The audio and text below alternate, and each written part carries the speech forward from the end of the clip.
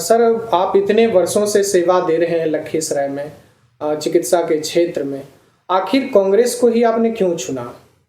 धन्यवाद चंदन जी। मैं विद्यार्थी जीवन से राजनीति से जुड़ा रहा हूँ। विद्यार्थी जीवन में राजनीतिक लीडरशिप में रहा, स्टूडेंट लीडरशिप में रहा, कम से कम 15-20 वर्षों तक एक्टिव पॉलिटिक्स में रहा और सेकुलर पॉलिटिक्स में रहा, आंदोलनकारी रहा, आंदोलन लीड किया। लखीसराय में नहीं, यहाँ तो मैं मेडिकल ऑफिसर होकर आया था, इसलिए राजनीति से तब तक मुझे दूर होना पड़ा था।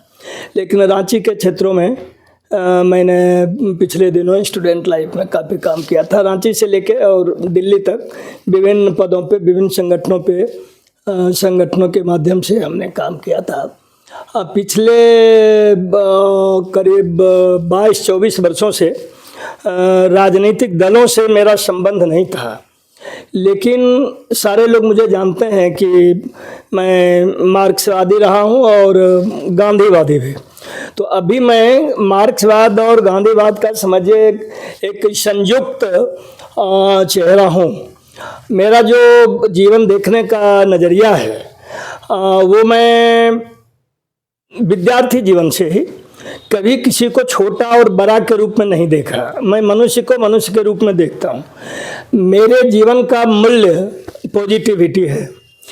मैं एज ए डॉक्टर जो सेवा देता हूँ, अभी भी हमने घोषणा कर रखी है इन बातों की कि गरीब कोई भी हो, किसी जाति का हो, किसी धर्म का हो, अगर हमारी ज़रूरत है तो कम से कम खर्चे पे ममता क्लिनिक उनके लिए खुला हुआ पहले भी था, अभी हमने और उसको ज़्यादा कर दिया है।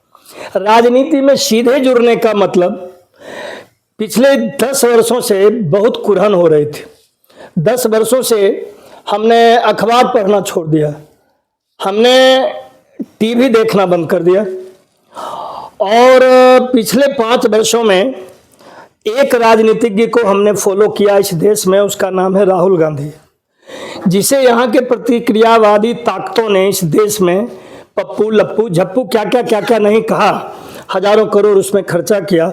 इसीलिए मेरा ध्यान पप्पू कहलाने वाले राहुल गांधी की ओर गया और पिछले 5 वर्षों मैंने बहुत निकटता से राहुल गांधी को देखा, समझा। हम इस निष्कर्ष पे पहुंचे पिछले दिनों कि अकेला कोई व्यक्ति अगर इस रिएक्शनरी कम्युनल पार्टी और लीडरशिप से लड़ रहा है तो उसका नाम है राहुल गांधी। और इसीलिए इस राहुल गांधी जी के नेतृत्व में भरोसा करके हमने कांग्रेस पार्टी ज्वाइन किया। क्यों ज्वाइन किया? हम चाहते हैं कि जो राहुल गांधी बोल रहे हैं, जो राहुल गांधी करना चाह रहे हैं, उनके दल के एक सिपाही के रूप में शायद हम कोशिश करें कि उसको निचले स्तर तक, नीचे तक उसको पहुंचा सकें, उस कार्य को कार्यान्वित कर सकें। बस दैट्स ऑल। क्योंकि आप अभी लखीसराय में हैं तो इसलिए लखीसराय से मैं एक सवाल ले रहा हूं। आपको नहीं लगता है कि जो सरकार वादे कर रही है और दावे भी कर रही है बड़े मंच से, जब उप मुख्यमंत्री जी हमारे विजय कुमार सिन्हा शपथ लेते हैं और शपथ लेने के बाद वो कहते हैं कि अब अपराधियों की खैर नहीं, एनकाउंटर होना शुरू होगा अपराध बढ़ते ही, लेकिन जिस तरह से इधर कुछ महीनों से आप देख रहे होंगे लखीसराय में अपराध बढ़ा है, और अगर बात करें प्रशासन की तो वो प्रशासन मुख्य दर्शक बनी हुई है, इस पर आपका क्या टिप्पणी होगा? देखिए, मैं राजनीति में वैल्यू बेस्ड पॉलिसी चाहता हूँ। मैं वैल्यू बेस्ड पॉलिटिक्स का आदी भी हूँ, संरक्षक भी हूँ, उसका प्रमोटर भी हूँ। हम चाहते हैं कि राजनीति में अच्छे पढ़े लिखे लोग आएं, अच्छी समझ वाले लोग आएं। राजनीति में बंदूक से, राजनीति में पैसों से जो कुछ किया जा रहा है, सारे लोग त्रस्त हैं। इन बंदूकों और पैसों के ताकतों के ही कारण आज आम आदमी बिल्कुल मूक है। आम आदमी सोचता भी नहीं है कि वो एक मुखिया का चुनाव लड़े। एमएलए एमपी तो दूर की बात है, एक एक चुनाव में लाखों करोड़ों रुपए खर्चे होते हैं। हम चाहते हैं कि हमारे क्षेत्र में ही नहीं, हमारे राज्य में नहीं, ये पूरे देश में राजनीति करवट ले। कहने के लिए तो हमारे राजनेता हर बार कहते हैं, हम आह्वान करते हैं अपने नौजवानों को, छात्रों को, पढ़े लिखे लोगों को, टेक्नोक्रेट्स को, ब्यूरोक्रेट्स को कि आप राजनीति में आए और इसको सही दिशा दें। जब आते हैं तो क्या होता है वो सब देखते हैं। हम चाहते हैं कि हमारी पब्लिक ऐसा नेता चुने जिसका नाम लेने मुझे शर्म ना हो, जिसके पास जाने मुझे डर ना लगे, जिसके लिए उसको ये पता हो कि ये हमें ब्राइब नहीं मांगेगा, ये ब्राइब देने के लिए हमें प्रमोट नहीं करेगा। This is simple. हर किसी को पता है कि स्वच्छ छवि के लोग कैसे होता है, ये बताने की जरूरत नहीं है। इतनी समझ हर एक साधारण व्यक्ति, मूर्ख हो, पढ़ा लिखा हो, छोटा हो, बड़ा हो, इतनी समझ तो है कि कौन कौन स्वच्छ है और कौन कौन स्वच्छ नहीं है। आप हर कोई चुनाव कोई हो, आपके सामने जो आते हैं उम्मीदवार, आप देखो उसमें कौन पैसे के बल पे आया है, कौन पावर के बल पे आया है, कौन शारीरिक बल, पार्श्विक बल का इस्तेमाल करना चाहता है। आप उससे बचो। अगर नहीं बचोगे तो हालात अच्छे नहीं होंगे। हमारे यहाँ की क्या स्थिति है हमें बहुत कहने की जरूरत नहीं है। लेकिन सर, लखीसराय जिले में रोजगार की बात करें, 20 साल से हमारे विधायक हैं यहाँ से विजय कुमार सिन्हा जी। आप भी यहाँ 20 साल से ज्यादा समय से हैं।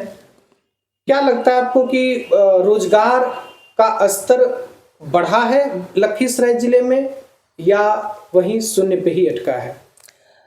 अब देखिए, जो विधायक हैं हमारे विजय कुमार सिन्हा जी, इनको रोजगार से क्या मतलब है?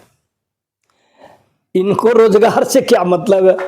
वो तो कहीं से आए, यहाँ विधायक किसी तरह से बन जा रहे हैं, 2 बार 3 बार, और अच्छी उनकी प्रोन्नति हुई, विधायक बन के गए और क्या क्या क्या क्या जितना चीज होता है सब बन गए। तो उनको रोजगार, उनका रोजगार तो मिल रहा है ना उनको।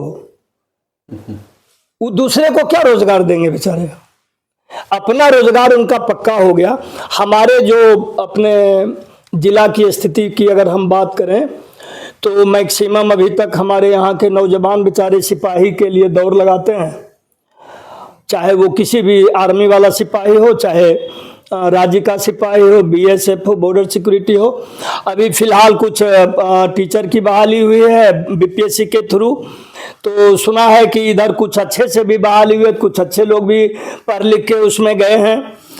इक्का दुक्का आए दिन कभी कोई डॉक्टर, कभी कोई इंजीनियर। जैसे अब हम जिस गांव से आते हैं, हमारे बाद आज तक 40 वर्षों में कोई दूसरा मेडिकल कंप्लीट नहीं किया। हमारा ही बाल बच्चा हो तो वहाँ का गिना नहीं जाएगा, बाहर का है।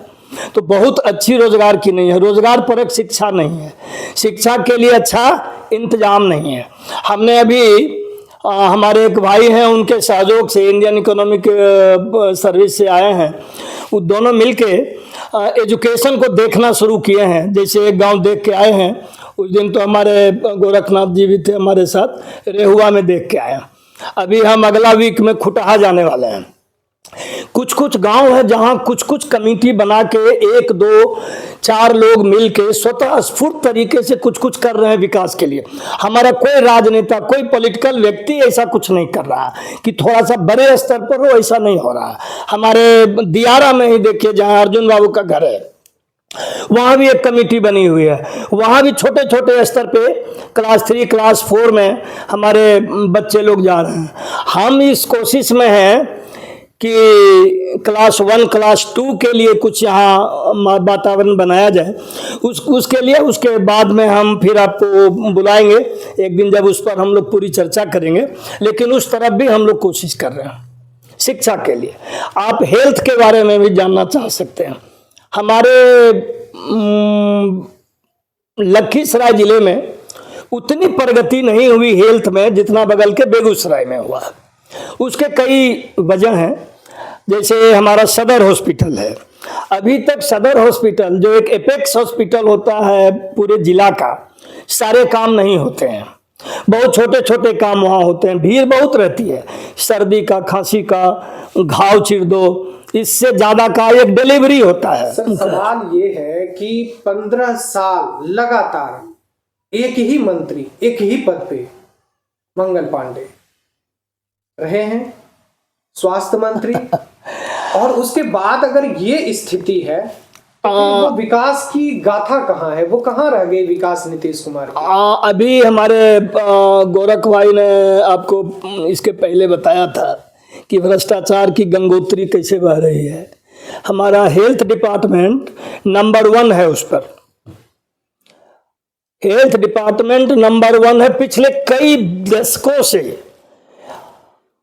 आओ लगाओ पाओ, आओ लगाओ पाओ, ये चल रहा है। कोबर छोट कहत अपराधों की बात है। कौन आया कौन गया उस पद पे मतलब इससे नहीं है। मतलब है हेल्थ डिपार्टमेंट को ड्वार्फ करके रखो। अब बीइंग ए डॉक्टर मैं बहुत ज़्यादा उसके बारे में नहीं बोलना चाहूँगा, लेकिन मेरी अपनी राय है कि या तो आप जॉब करते हो तो अच्छे से जॉब करो, अगर जॉब नहीं करते हो तो अच्छे से प्राइवेट प्रैक्टिस करो, लेकिन जॉब करो, दरमाहा लो और प्रैक्टिस प्राइवेट करो, ये ठीक नहीं है। दूसरा, अभी डॉक्टरों की तरफ से मैं बोल रहा हूं कि आज तक इस देश में एक मेडिकल ऑफिसर का वर्किंग आवर तय नहीं हुआ। एक मेडिकल ऑफिसर कितनी देर काम करेगा ये तय नहीं है, सबका तय है। सभी लोग कितना काम करेंगे वो तय है। इसी वजह से डॉक्टर वहां भी काम करते हैं और अपना प्राइवेट प्रैक्टिस भी करते हैं। नतीजा होता है दोनों जगह गड़बड़ होता है। तो सरकार ये सुनिश्चित करे कि साहब आपको 8 घंटा काम करना, वो उस 8 घंटे में आप 8 मिनट भी कम नहीं कर सकते हो। क्या सरकार की मंशा साफ नहीं है जनता को मूलभूत सुविधाएं देने की? सरकार की तो मंशा ऐसी है कि उसने कहा कि जो 8वां तीसरा चौथा पास आदमी झोला लेके घूम रहा है उसको हम डिग्री दे देते हैं डॉक्टर बनने का। वो विलेज डॉक्टर होगा and he will be free to treat any patient in village. ये मंशा है उनकी। ये आईएमए संजोग से सामने खड़ा हुआ तो ये बातें दब गई, नहीं तो देहात के लोगों को अब तो लोग ही नहीं समझ रहे, मनुष्य ही नहीं समझ रहे। उसके लिए अनट्रेंड डॉक्टर चाहिए। शहर में रहेंगे ट्रेंड डॉक्टर और वहां रहेंगे अनट्रेंड डॉक्टर, इलिटरेट डॉक्टर। तो इसमें मंशा क्या पूछते हैं? ये तो एकदम सीधा सीधा साफ साफ। बहुत बहुत धन्यवाद सर, राष्ट्रीय दर्पण के साथ जुड़े।